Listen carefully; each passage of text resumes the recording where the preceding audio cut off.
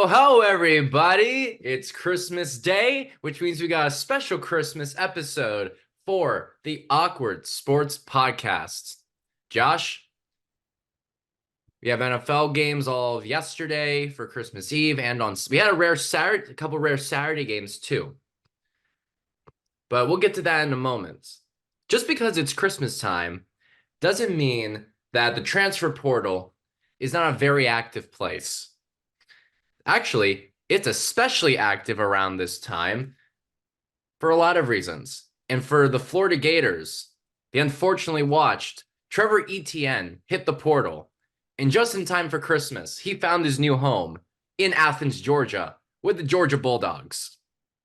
That was a tough one to swallow. Josh, I just want to say, I never fault players for hitting the portal, going somewhere where they feel is the best fit for them, boost their draft stock, maybe win a national championship, get some more NIL money.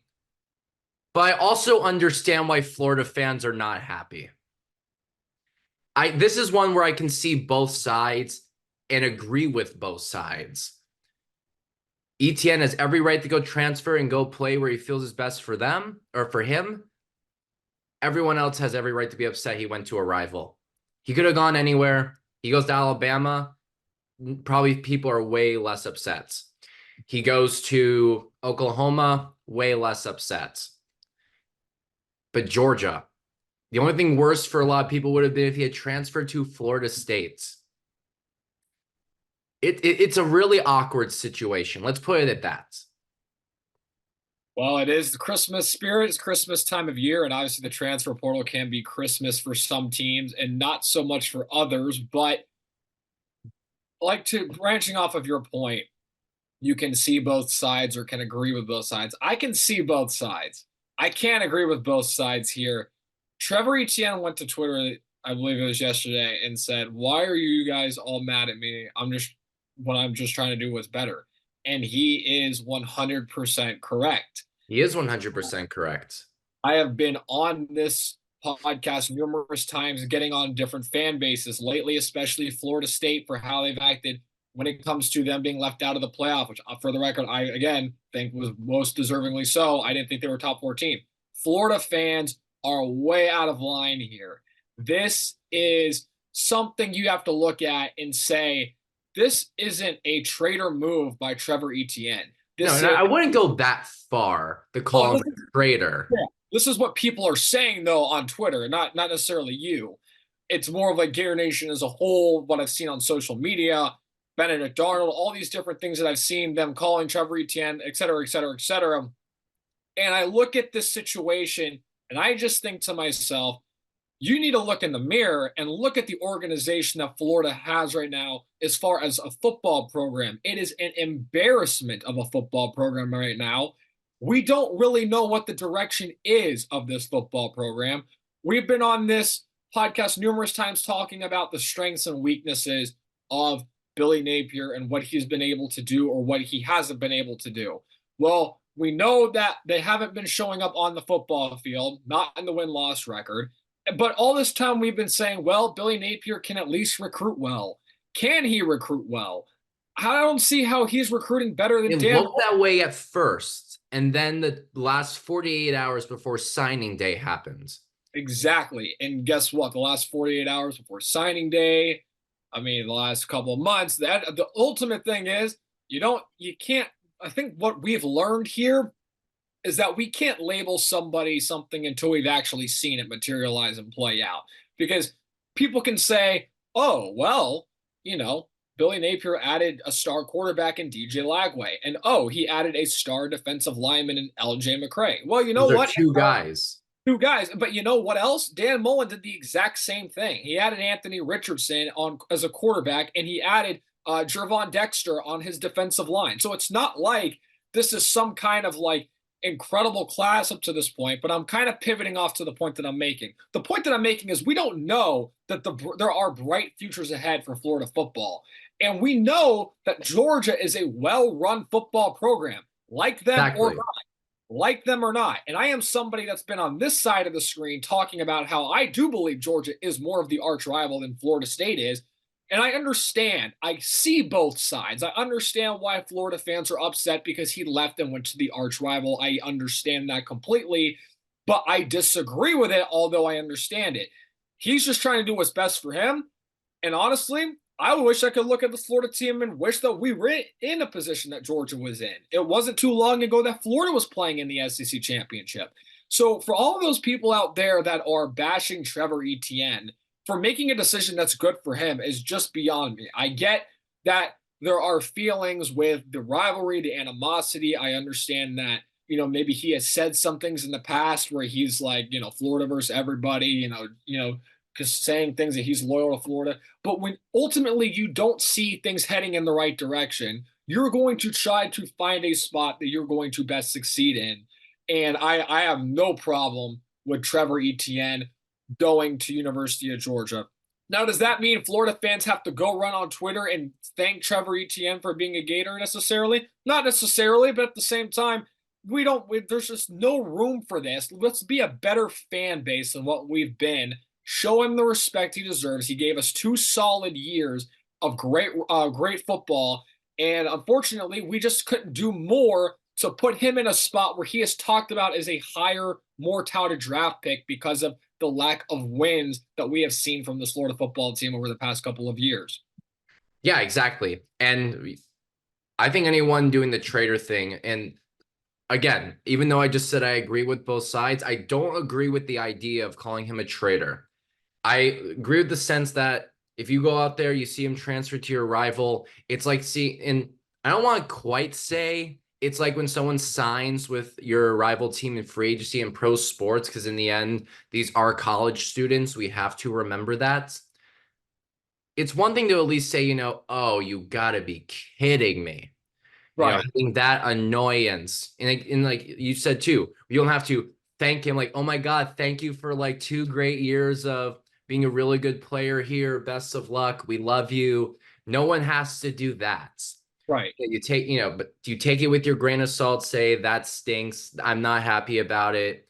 But then you move on. And going out there, calling him a traitor.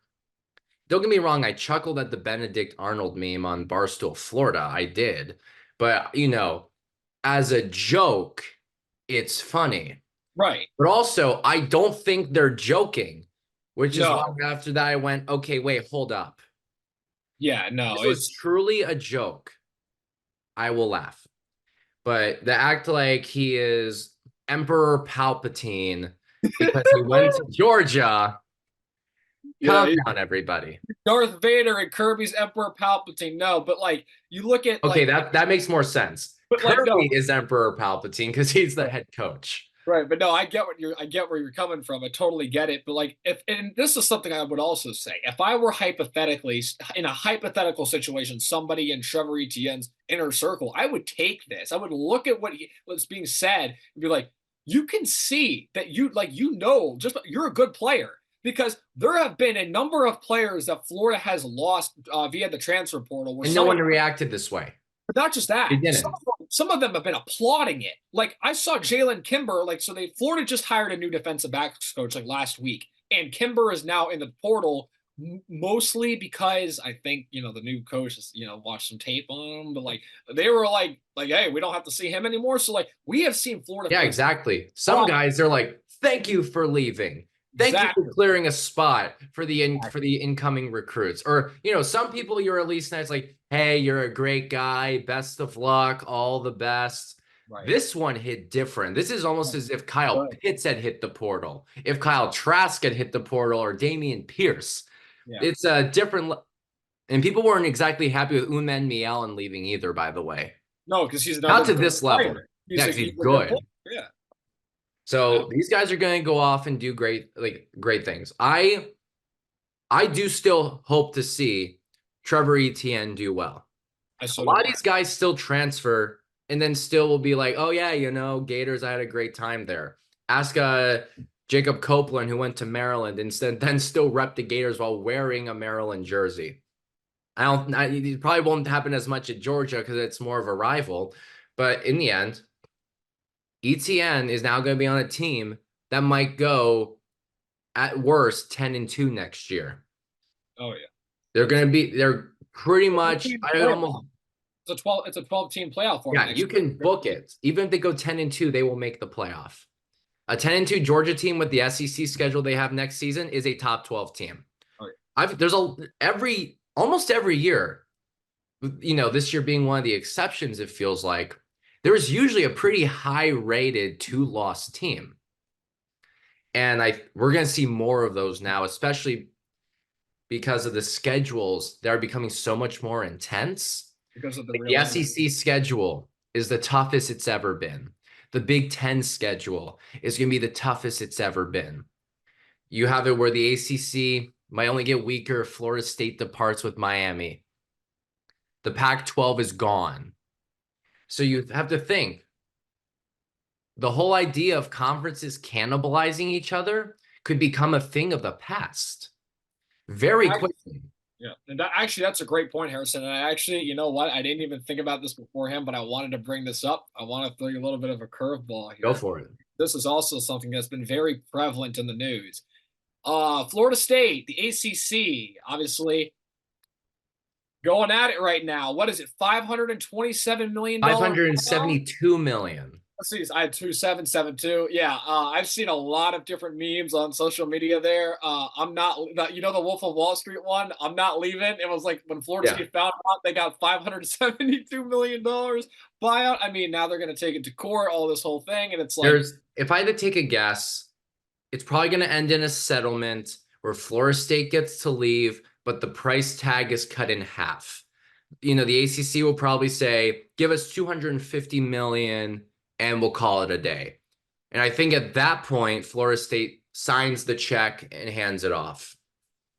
oh, absolutely. But then you have to look at the other side of it, right? Because there's also been rumors swirling that the SEC may not pick them up. And then it's up to the Big Ten. And if the Big Ten, for whatever reason is like, no thanks, then it's just the Big 12. And it's like, is that move really worth it for Florida State, considering I think it's worth it if you go to the Big 12. The Big 12 is definitely better than the ACC. Yeah, it Even is. with Texas and Oklahoma leaving, Yeah. it's still because you're still getting a lot of the solid Pac-12 teams moving there. Utah. Yeah. Yeah, you're gaining Utah. Well, I was about to say, no, Oregon went to the Big Ten. Never mind. It's tough. It's like one of those things where it looks to me like after this realignment is all said and done, like it's a two juggernaut conference Yes. football series where it's like, the Big 12 has some nice teams here and there. And with a 12-team playoff, you would see the Big 12 get probably at least one team in there. But like as we saw with the rankings this year, I think the top 15 teams, I think 14 of those were either SEC or Big Ten if you had factored in the realignment this year. That is correct. If you add in Texas and Washington, they are Right. both now in the SEC and Big Ten next year. Let's see, just if Florida State were to go to the Big 12, it's like, Right. okay, Oklahoma State is a better opponent than, let's say, Wake Forest. So is Kansas State. Baylor, any year, can be a really great opponent. Iowa State as well. Kansas is Kansas, especially now with Texas and Oklahoma on, might actually be able to find a way to succeed in a power conference. I would still say at least the Big 12 is a power conference in this new situation. Power three. Well, Kansas has at least elevated their game to what we would call fun. They are a fun team. They're 8-4. Kansas is going 8-4 every year now. It's like a new expectation. It's like we're a basketball school. It's like, well, we do okay in football now. It's almost kind of like Kentucky. Kentucky's a basketball school, but football's 8-4, 7-5. Kind of how they will have how they will do every year, pretty much. But like, man, the news there with Florida State obviously going at the ACC going at them, and it's like obviously a lot of it's the pent up tension of the college football playoff selection. And it's wild, man, but it's part of why this game is as great as it is because it's so fun because of this stuff. You get the controversy, you get the drama. It's all great. Exactly, and I do think maybe if they don't go to the SEC or the Big Ten, Florida State probably stays just because it's a conference they can run the table in. But I also still think they could have an 11-1 season in the Big 12, and it would be more impressive. Just because you have these 6-6 teams that are always on upset alerts. They'll go and beat Oklahoma. They'll go and beat Texas. Again, I know these are two teams going to the SEC, but they're in the Big 12 as of right now. Texas is representing the Big 12 in the college football playoff this year. So the point still stands where it is at any given time, this opponent might lose a couple of games, but it will show up to play you. It could, absolutely, absolutely, very well said. And obviously, and again, I can rip on the conference all I want as far as the ACC goes. Florida State had a top 4 defense. No matter what anybody says, they had, and they showed flashes on offense from time to time of being a top 4 caliber team. It's just a matter of, well, putting it all together all at once. We saw the North Alabama game. We saw some of the other Right. games. It just didn't look as good as they probably should have, especially down the stretch of the season. Exactly. But we've done a lot of college talk. We're going up a level to the National Football League. The Tampa Bay Buccaneers. What a roller coaster of a season they have had. 3-1 starts, fall to 4-7. Now they're 8-7, first place in the NFC South. There's now talks. And look, you go back just before I get to that point. You go back to a month ago. Todd Bowles is on the hot seat. Baker ain't it. Suddenly, they're at the top of the standings. They're talking about extending Baker Mayfield. Maybe Bowles buys another year. That second one's a bit more speculation than actual rumors. But if they go into this thing, look, if you beat the Saints next week, you're probably going to finish 10-7, a 2-game improvement over the final year of having Tom Brady. Does not matter how much Tom Brady might have been checked out. 2-win improvement after the departure of Tom Brady. And let's say you go in and you win a playoff game. There's no way you clean house, especially when 81 million, somewhere between 75 and 81 million dollars in dead cap is going to be greatly shedded off the books. Once you get a third of your cap space back, bring us the money.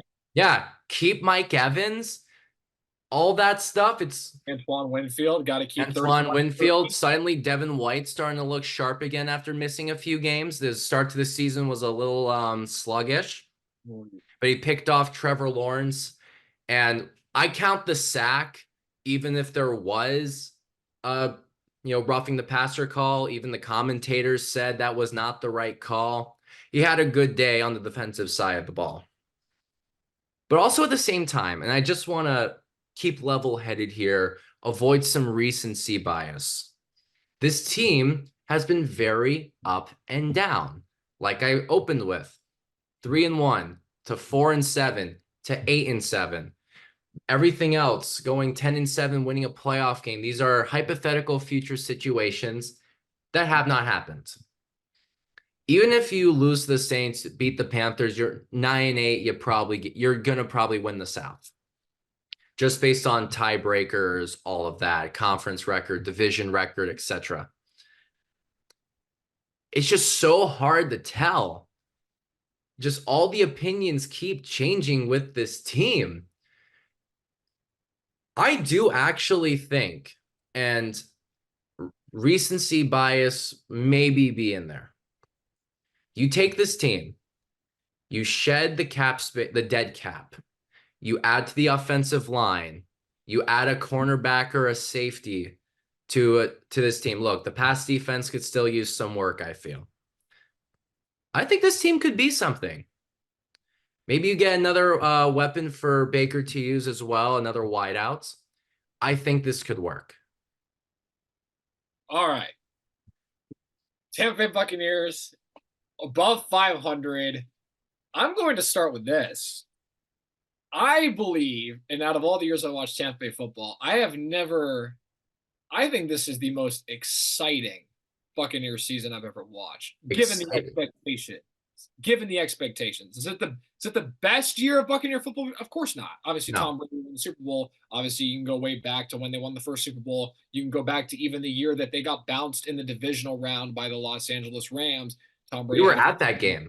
we were. The two of us were at that game. We can vouch it was credible. It was ridiculous.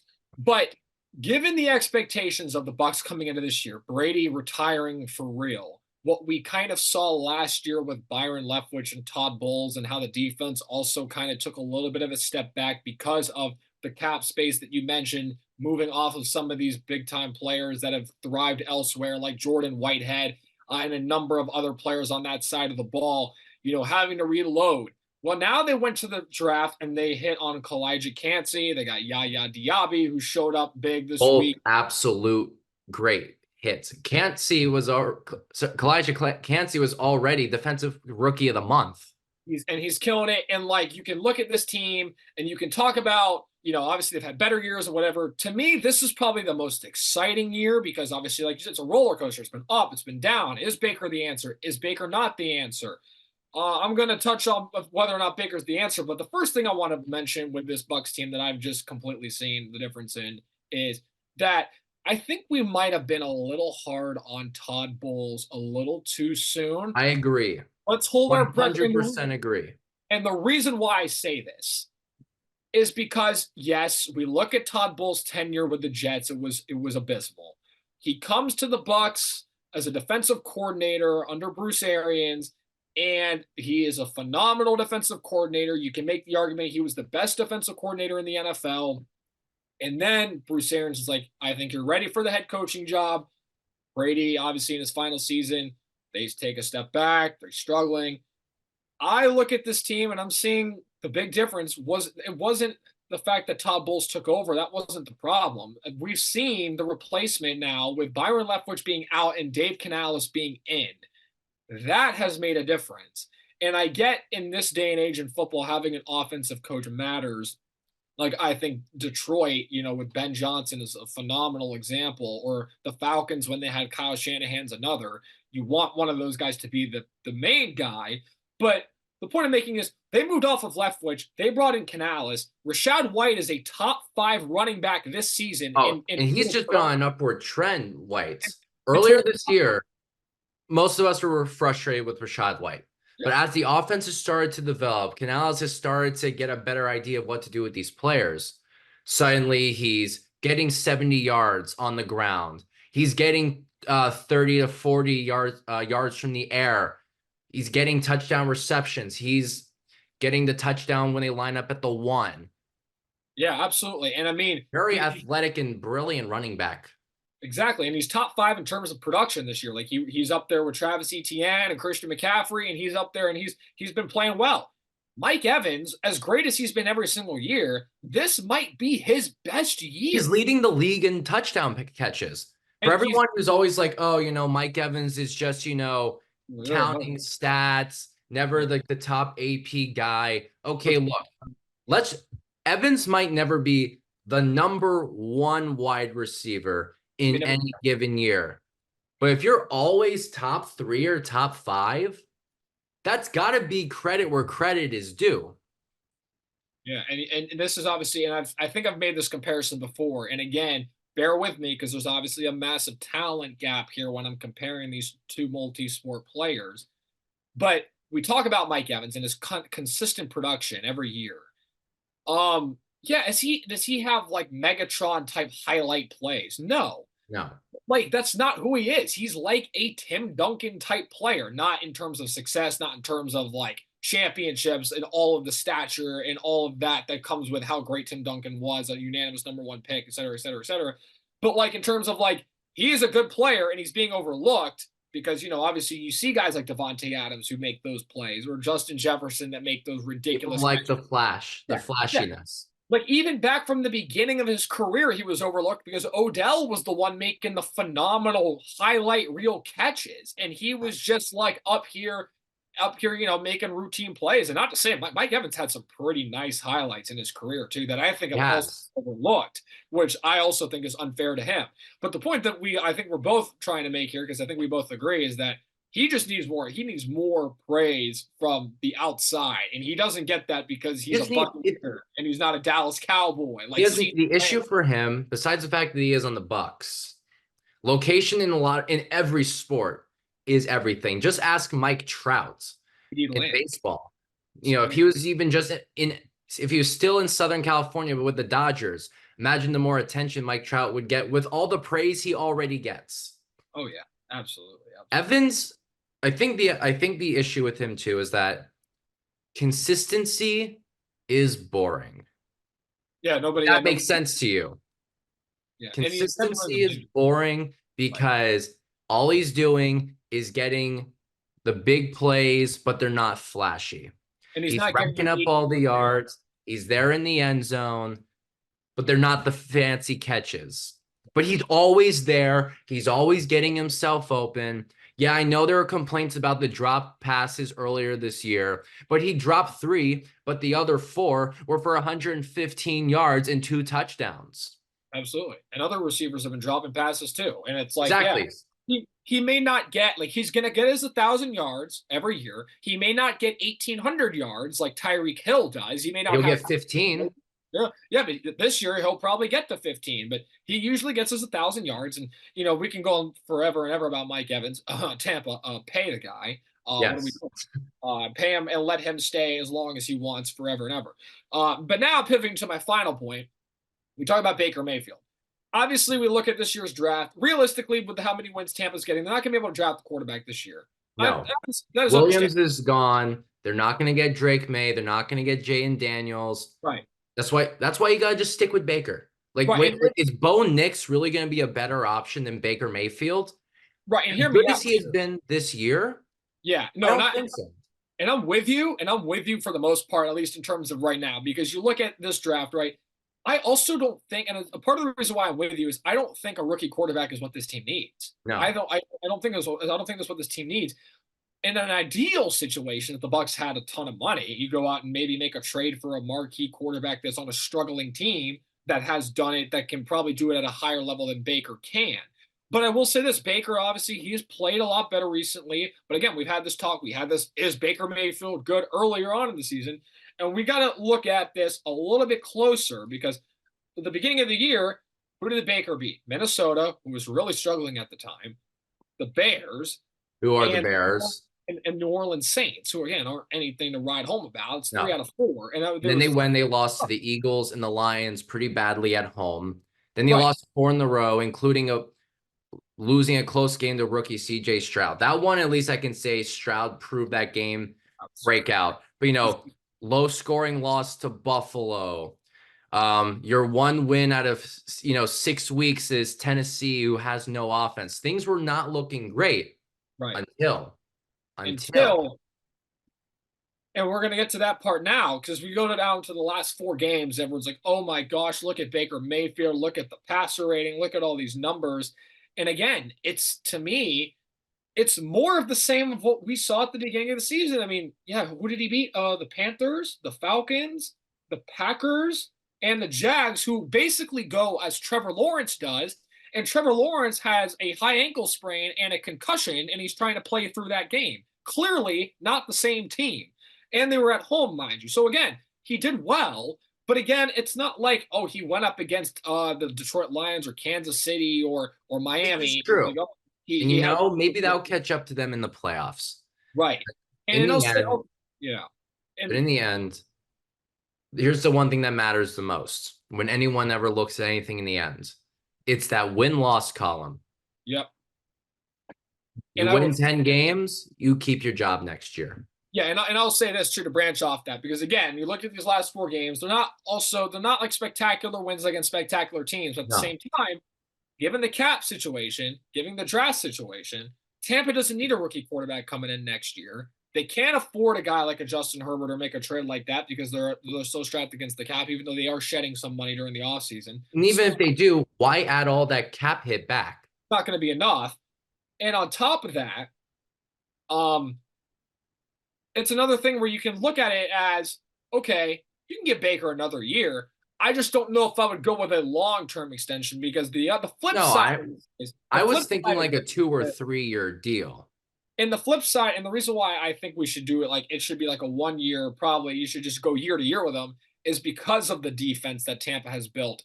Because defenses, Historically throughout the league, you have a certain stretch of dominance. Like you look at the Legion of Boom, they were good for about 4 or 5 years, elite for about 4 or 5 years. You look at the 2002 Buccaneers from 1998 to '02. Defenses can be elite, but not for a big window of time.